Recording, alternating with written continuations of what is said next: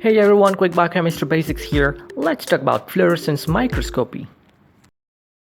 The phenomenon in which a molecule absorbs light of higher frequency and emits light of lower frequency is called fluorescence.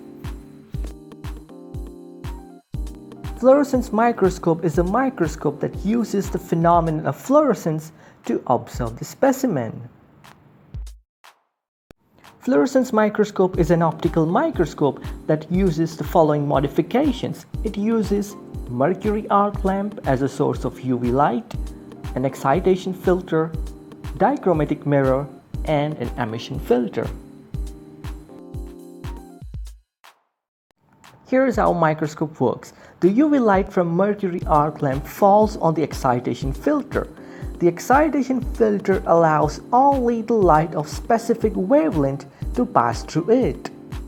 The excitation light is reflected by dichromatic mirror and falls on the specimen. The fluorescence dye in the specimen gives fluorescence, and the fluorescent light passes through emission filter, and finally fluorescent specimen is observed.